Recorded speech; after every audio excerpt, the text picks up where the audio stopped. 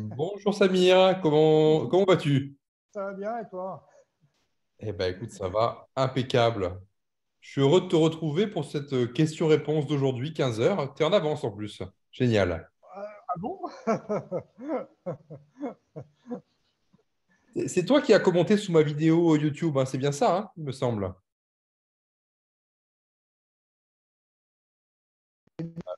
Allô, allô, est-ce que tu m'entends? Pardon? Oui, ça y est, Oui, là, je t'ai récupéré, pardon. C'est toi qui as commenté sous ma vidéo YouTube? oui, oui, oui, oui. Oui, Ça, j'ai trouvé d'accord. très intéressante, très intéressante. J'ai beaucoup aimé, j'ai trouvé.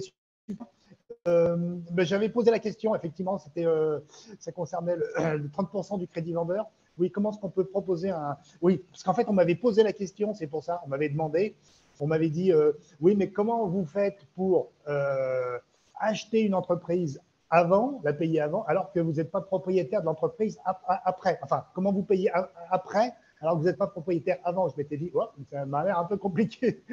Donc, je m'étais dit, je vais poser la question. Et c'est vrai que ta réponse, elle était très bonne, effectivement.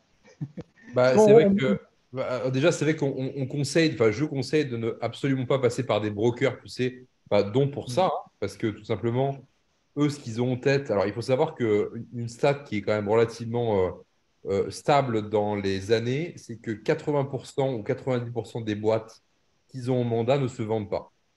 ah, oui, Le d'accord. business des brokers, donc des intermédiaires en session, c'est de prendre des front fees pour lister l'entreprise sur les sites comme Fusac, comme Session PME, etc. Ça, généralement, ils se débrouillent pour que ça coûte 5 à 10 000 euros et c'est avec ça qu'ils gagnent leur vie. Et ils vont vendre une, deux entreprises par an, on va dire. C'est un peu la cerise sur le gâteau. C'est comme ça qu'ils font leurs bénéfices à la fin de l'année. Grossièrement, c'est un peu le modèle de ça. Donc, ils ne sont absolument pas au courant des dernières tendances en termes de financement. La plupart du temps, ce sont des LBO bancaires classiques où la personne va mettre 30 à 50% d'apport et se porter caution perso. Et c'est ce qu'ils connaissent de mieux, on va dire. C'est pour ça qu'on conseille absolument pas de passer par des brokers, d'aller direct au cédant.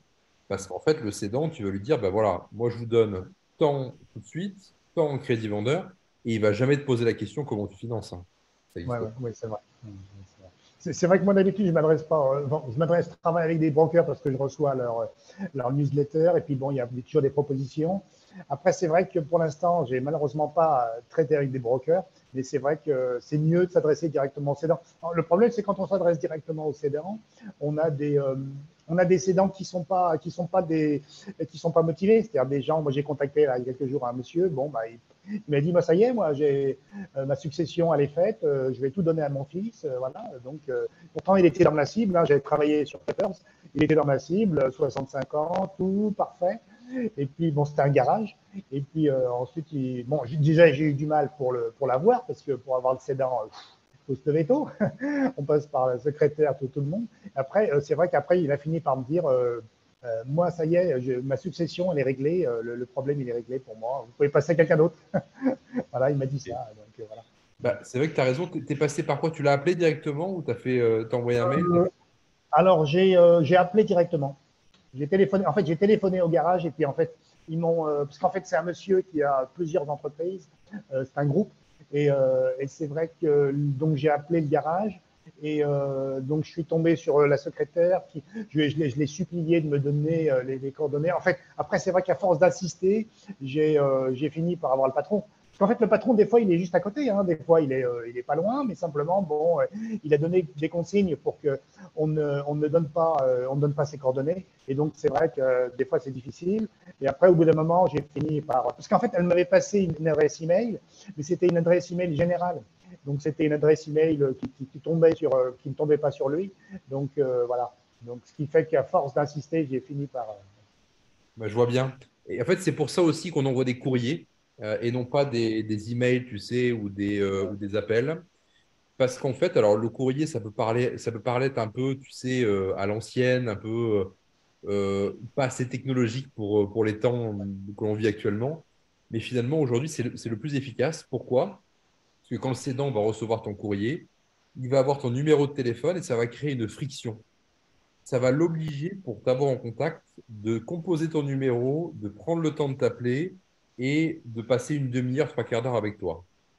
Et ça, aujourd'hui, cette friction entre le moment où il reçoit la correspondance et le moment où il te contacte, où il est forcé de te contacter, et ben en fait, ça filtre justement ceux qui sont motivés.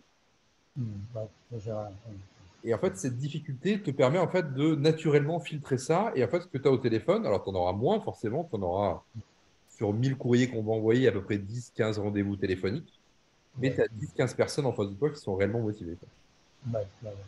Mais c'est plus facile. Ah, bah, il y a quelqu'un qui nous a rejoint là. Je crois bien, en effet.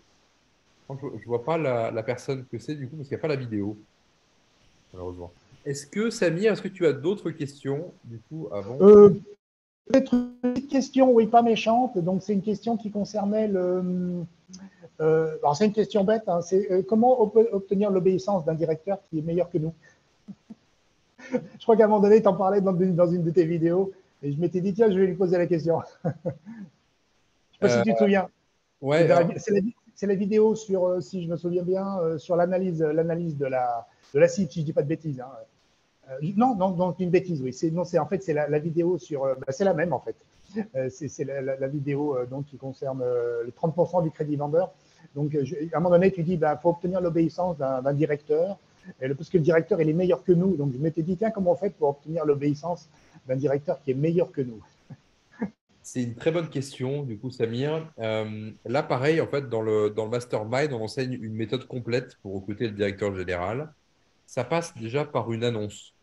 Donc, c'est un format d'annonce qui est vraiment, et sans rentrer dans le détail, vraiment très, très long, qui force, en fait, là aussi, le candidat directeur général il y a quelqu'un d'autre qui nous rejoint actuellement.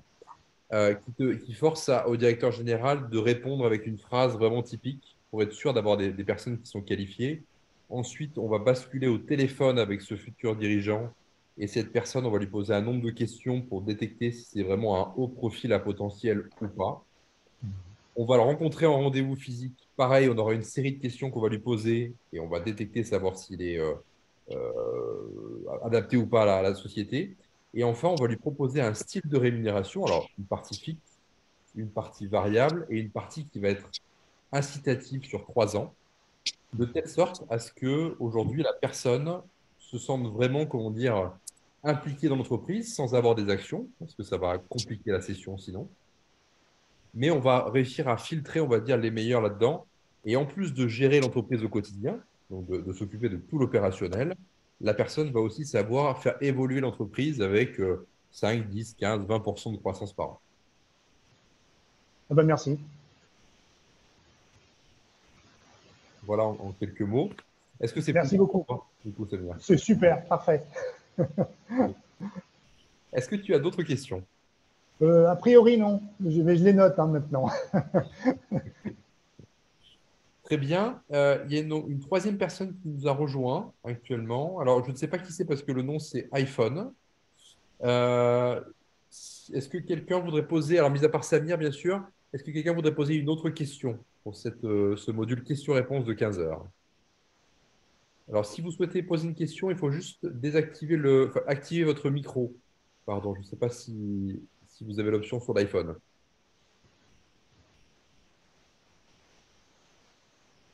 Bonjour. Bonjour. Alors, je ne sais pas à qui j'ai affaire, pardon.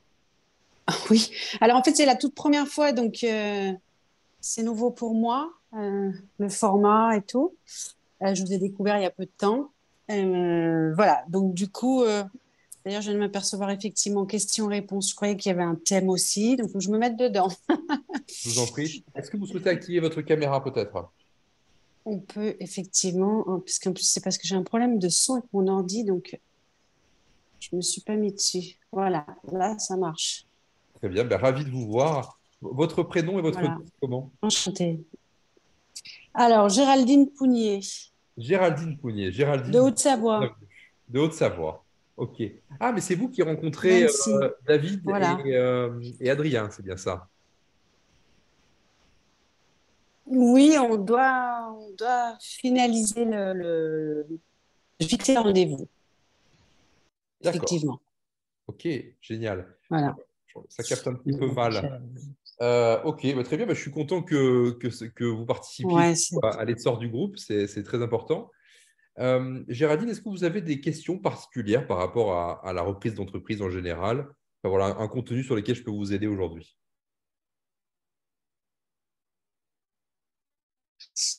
Parce qu'en fait, comme ça, non. Je croyais qu'il y avait. Je me suis trompée, en fait. J'ai dû mélanger avec deux choses. Je pensais qu'il y avait un thème particulier aujourd'hui. Je n'étais pas partie sur les questions-réponses, mais pourtant, effectivement, c'était bien explicite. Voilà.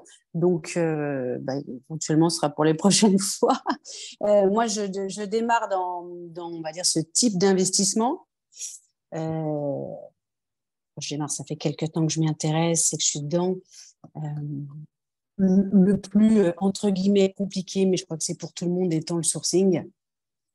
Le plus long, en tout cas, jusqu'à au moins une première reprise, Tout à qui, fait. à mon sens, va sceller, comment dire, déjà une confiance pour la suite et une crédibilité. Voilà. Donc voilà. Donc j'étais d'ailleurs sur du sourcing ce matin et en me disant qu'il y a bientôt une prochaine reprise qui va se tramer. Et parce que vous en avez déjà fait une, si Moi, je en fait, comprends à bien. la base, j'ai suivi la formation de. Oui, voilà. En fait, je sais. D'ailleurs, du coup, je serais incapable de vous dire comment je me retrouve ici. Et bon, ça, c'est au gré de nos navigations sur les réseaux, je crois. On s'intéresse à des choses et après, comment vous avez réussi à attirer mon attention et que je me suis retrouvée dans cette communauté et ce chat, je ne sais plus. Voilà. Mais bon, parce que c'est déjà parce qu'on a des intérêts communs, dirons-nous. Et effectivement, moi, le reprenariat, c'est une formation. Enfin, j'ai suivi la formation de Sébastien Cerise. D'accord, ok, je vois. Donc vous êtes peut-être sur le forum de Mm. Sébastien Cerise aussi, il me semble.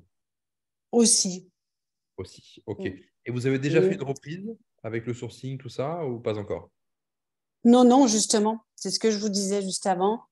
Euh, Du coup, depuis que je m'intéresse, j'ai eu l'occasion d'étudier des cas, ce qui est important aussi. Hein, c'est pas forcément toujours, c'est pas fluide au début, et c'est important que ça le devienne, ne serait-ce que pour être beaucoup plus sûr de soi en face d'un potentiel cédant euh, et en face de négo. Mais après, il y a, comme je disais, il y a le sourcing. C'est pour moi le plus compliqué en fait, finalement. C'est d'identifier les cibles potentielles parce que sur les types de financement sur lesquels on est, et je pense que vraisemblablement, vous êtes sur les mêmes types, hein, sans, le plus possible sans banque, sans caution, sans apport, avec une grosse partie de crédit vendeur. Euh, le succès vient surtout de la cible. Enfin, je le perçois comme ça, en tout cas, moi. En effet, le succès commence par la qualification en effet du prospect. D'ailleurs, comment vous faites actuellement pour sourcer vos leads? Je suis sur des bases de données. Vous avez cité, parce qu'il y a une fois, je ne sais plus, vous avez fait un sujet. Ah, bah oui, il y a eu un dernier sujet récent. Donc, j'avais acheté des fichiers auprès de CCI. Donc, je privilégie la taille, la proximité pour une première reprise. Hein. On ne va pas aller s'amuser à gérer une société à l'autre bout de la France pour commencer. Et, donc, ça reste classique. Maintenant, c'est du managero, du papers, essentiellement. Ok. Voilà, Et avec des filtres. une fois que vous avez le Et des fichier, lettres derrière. des lettres, d'accord, vous envoyez des lettres, des Mm. correspondances derrière. Ok. Mm. On a rarement les mails, Je trouve aussi. Alors, c'est vrai que sauf sur managero, cela dit. ok. Et Mm. du coup, vous envoyez combien de lettres par mois, du coup, alors comme ça, pour voir où est-ce que vous en êtes?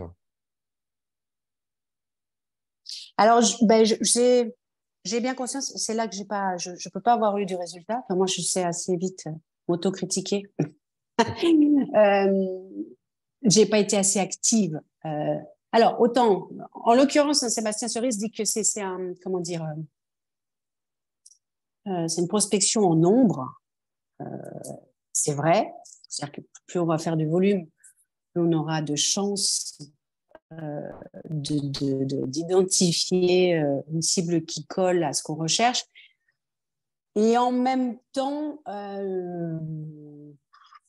c'est bien, mais en même temps, je pense qu'il faut rester qualitatif. Envoyer tout bas, ça ne sert pas à grand-chose, quoi. Si on tombe sur des cibles qui ont 40 ans, pour moi, c'est pas ceux qui vont être le plus enclins à finalement lâcher leur entreprise en crédit vendeur. Ok.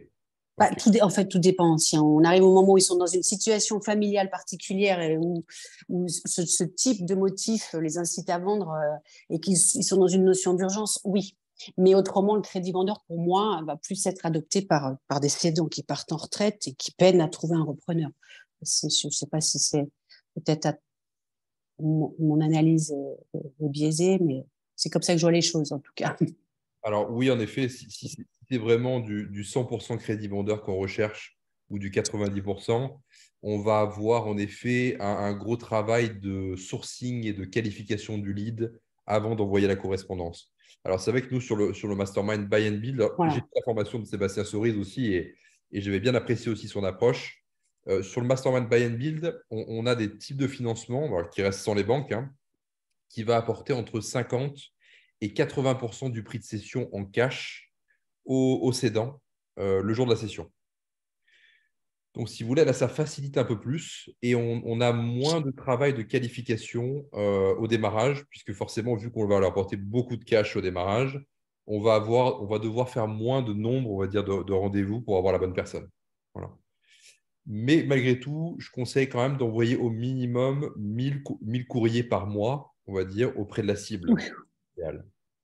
Ça serait bien. Alors, ne pas les faire soi-même, c'est encore mieux. Je vais vous dire juste ça aujourd'hui, 1000 courriers par mois, pour moi aujourd'hui, c'est un trop gros investissement. Ok, C'est ça le truc. ok, je vois. C'est oui, 1000 euros par mois, c'est plus de 1000 euros juste en frais postaux. Non, mais je pense faire.